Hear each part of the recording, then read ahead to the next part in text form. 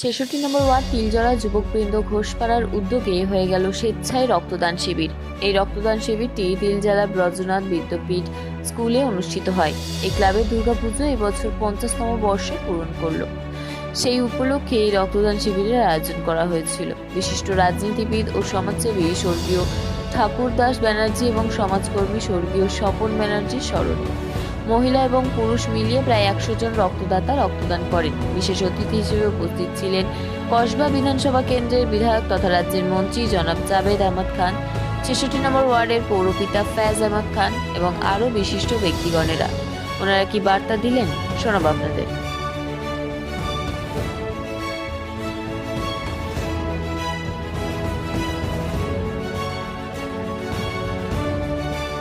বাংলার মানুষের যে স্বভাব, বাংলার মানুষের যে চিন্তা ভাবনা, বাংলার মানুষ যে মেসেজটা সারা ভারতবর্ষকে দিতে চায়, যে আজকে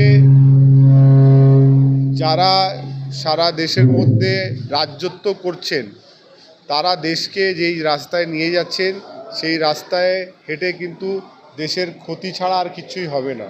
সেই জায়গায় দাঁড়িয়ে বাংলার মানুষ আমরা বলছি যে আমরা বিভিন্ন জাতি ধর্ম বিভিন্ন ভাষার নিশ্চয়ই হতে পারি, কিন্তু at the end of the day আমরা সকলেই কিন্তু দেশের নাগরিক। আমরা দেশের যাকে বলা যায় একটা এই দেশের আমরা সিটিজেন আছি।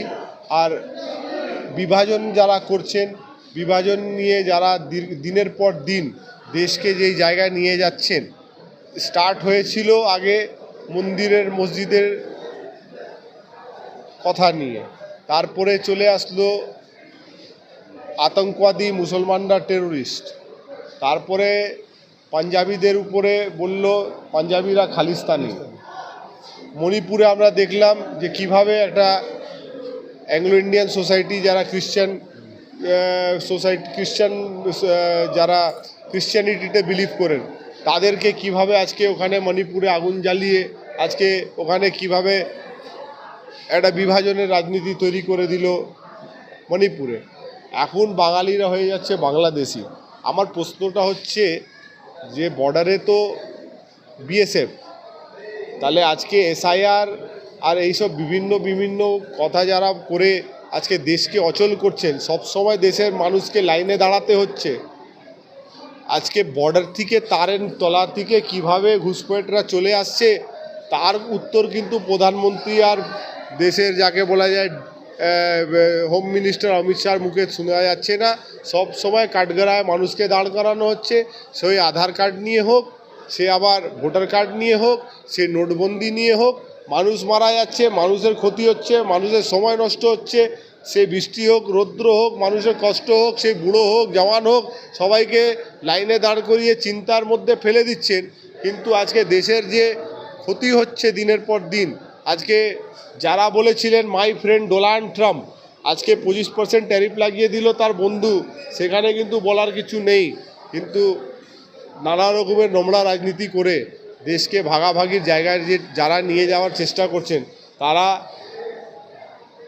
ইতিহাস তাদের মনে রাখবে, বাংলার মানুষ তাদেরকে আগাম দিন শিক্ষা দেবে। আর বাংলার মানুষ কিন্তু বুঝিয়ে দিচ্ছে যে রক্ত দিয়ে আমরা কিন্তু সেই হিন্দু হোক মুসলমান হোক, সেই যেই জাতির লোক হোক, সেই মতুয়া হোক দলিত হোক শিডিউল কাস্ট হোক শিডিউল ট্রাইব হোক, আমরা কিন্তু মানুষের প্রাণ বাঁচানোর কাজ করি, মানুষের সেবা করি।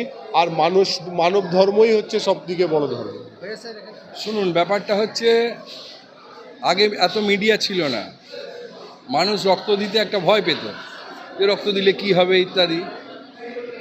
যেভাবে সমাজে প্রচার হয়েছে, অ্যাকচুয়াল মানুষের শরীরে আমরা যতটা জানি 8 ইউনিট রক্ত থাকে এবং প্রতিদিন আমাদের শরীরে রক্ত তৈরি হচ্ছে, সেটা নষ্ট হয়ে যায়।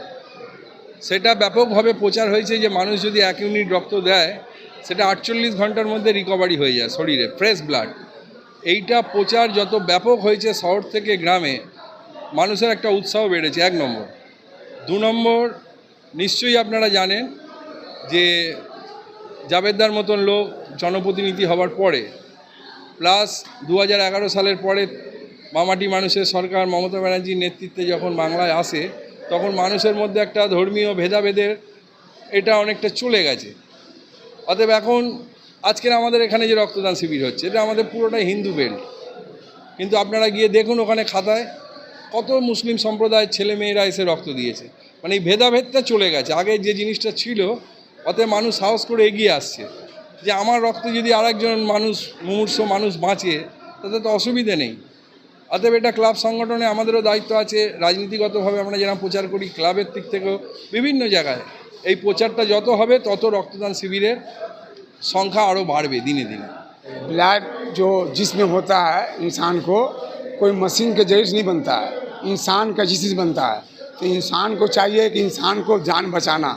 अगर हम लोग ईद मनाते हैं, दुर्गा पूजा मनाते हैं, काली पूजा, होली, सब एक उत्सव मनाते हैं। ये भी एक उत्सव की तरह एक पालन और आज देखने को मिला कि इंसान को इंसान बचाने के लिए रक्तदान शिविर को उत्सव की तरह मनाया जा रहा है। ये हम बहुत खुशी है कि दो तरह का एक उत्सव हो कि इंसान को बचाने के लिए खून जिसमें दिए जाए और दवा और सपोर्ट में आदमी इंसान खा रहे। इससे बढ़ के मजहब हिंदू मुसलमान का कोई फ़ायदा नहीं होगा। इंसान इंसान के लिए जिए, यही अल्लाह भगवान सबको भला करेगा। मैं ये